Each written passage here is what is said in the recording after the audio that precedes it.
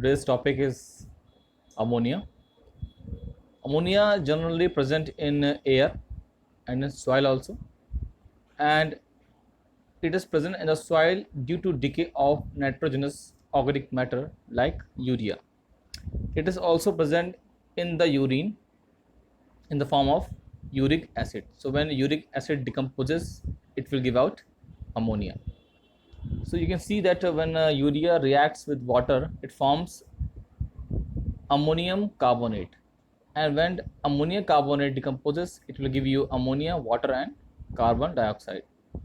Now how to prepare ammonia? Generally we can make ammonia in the laboratory by reacting an ammonium salt with a base like ammonium chloride. When react with calcium hydroxide, it forms ammonia, water and calcium chloride, and ammonium sulfate when reacts with the caustic soda NaOH, so it gives you ammonia, water and sodium sulfate.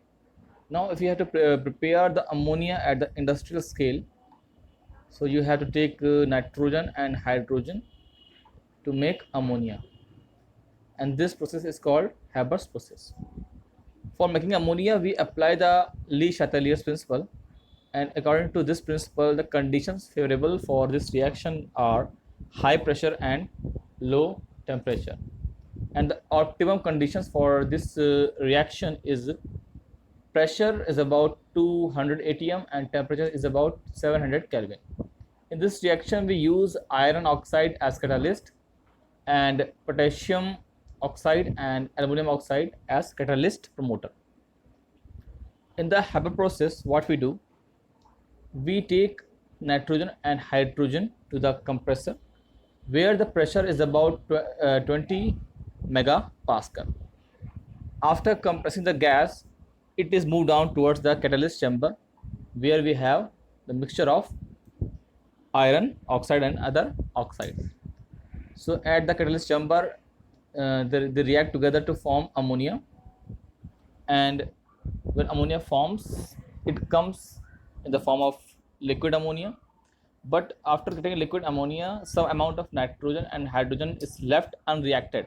So that unreacted portion of nitrogen and hydrogen move towards the pump, and where the pump again sends the remaining N2 and H2 at the catalyst chamber to again react together to form ammonia.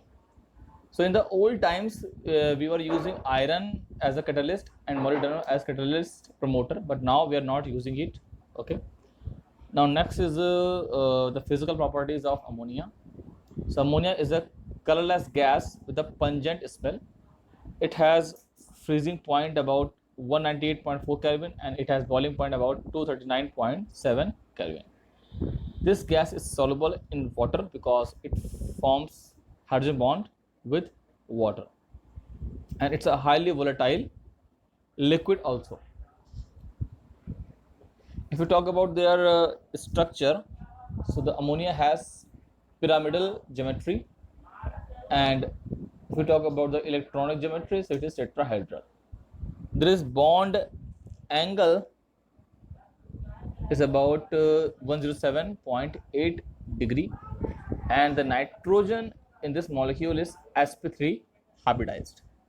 This molecule, there is a lone pair also, you can see that. And if we talk about the chemical properties, so first is the reaction with water. So when ammonia gets dissolved in the water, it forms ammonium hydroxide. So because the formation of hydroxide ion, the solution remains basic in nature. Now second is reaction with acids. So when ammonia reacts with the acids, it form ammonium salts.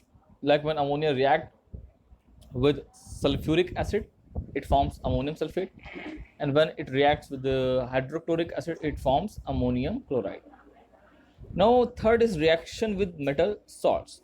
So in the aqueous medium, when ammonia react with the metal salts, they form metal hydroxides. Like when ammonium hydroxide reacts with the zinc sulfate, it forms zinc hydroxide, white PPT, and ammonium sulfate. And when ammonium hydroxide reacts with the ferric chloride, it forms hydrated ferric oxide and ammonium chloride, which has the brown PPT. The fourth is complex formation. So ammonia can react with the aqueous solution of copper sulfate to forms tetraamine cupric ion, which has very beautiful deep blue color. And when ammonia reacts with silver chloride, it forms diamine silver chloride.